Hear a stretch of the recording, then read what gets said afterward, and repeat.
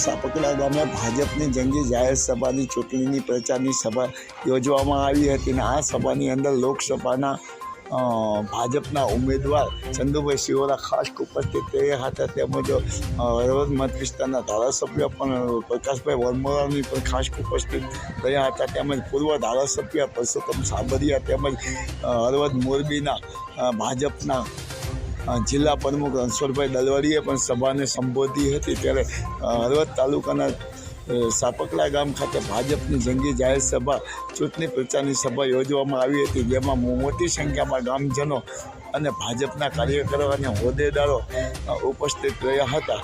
અને જ્યારે ભાજપના લોકસભાના ઉમેદવાર ચંદુભાઈ શિવોરાએ જણાવ્યું કે જ્યારે નરેન્દ્ર મોદી દેશ માટે કામ કરી રહ્યા છે અને સતત દેશની પ્રજાની ચિંતા કરી રહ્યા છે અને ત્યારે આપણા દેશના વડાપ્રધાન નરેન્દ્રભાઈ મોદીને વડાપ્રધાન ફરીવાર બનવા માટે લોકસભાની ચૂંટણીમાં મત આપવા માટેની લોકોને અપીલ કરી હતી। ત્યારે કોંગ્રેસે દેશ માટે કંઈ કામ કર્યું નથી તેવું સુરેન્દ્રનગર લોકસભાના ભાજપના ઉમેદવાર ચંદુભાઈ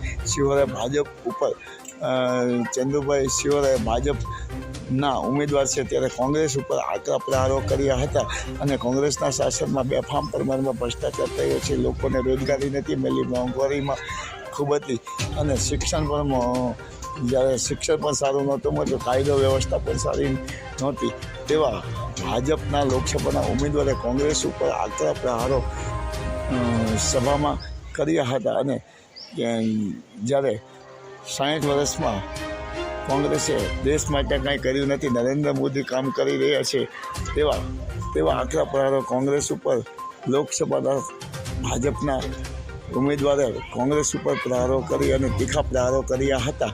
અને સુરેન્દ્રનગર જિલ્લાની લોકસભાની બેઠકના ભાજપના ઉમેદવાર ચંદુભાઈ શિવોરા છે ત્યારે સાપકડા ગામના ગામજનોને ભાજપ તરફી મતદાન કરવા માટે ચંદુભાઈ શિવોરાએ પ્રજાને વિનંતી કરી હતી અને ભાજપને બહુમતીથી મતદાન કરવાની પણ લોકોને અપીલ કરી હતી। માયાજાર ન્યૂઝ ચેનલ જયેશ્વર સુરેન્દ્રનગર।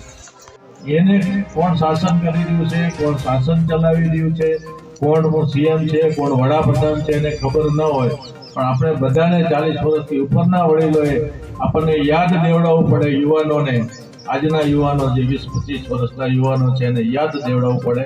અમે આ પરિસ્થિતિમાં ગુજરાતમાં જીવતા હતા, આપણે બધાને ખબર છે કે માં નર્મદાનું જ્યારે આગળ અવતરણ નવું થયું અને ત્યારે ગુજરાતનો ખેડૂત જે પરિસ્થિતિ, જે પોતાના ખેતર માટે, ખેડવા માટે, ખાતર બિયારણ માટે પરિસ્થિતિ જે જીવી રહ્યો હતો, એ પરિસ્થિતિમાં એના છેડા ભેગા નતા થતા।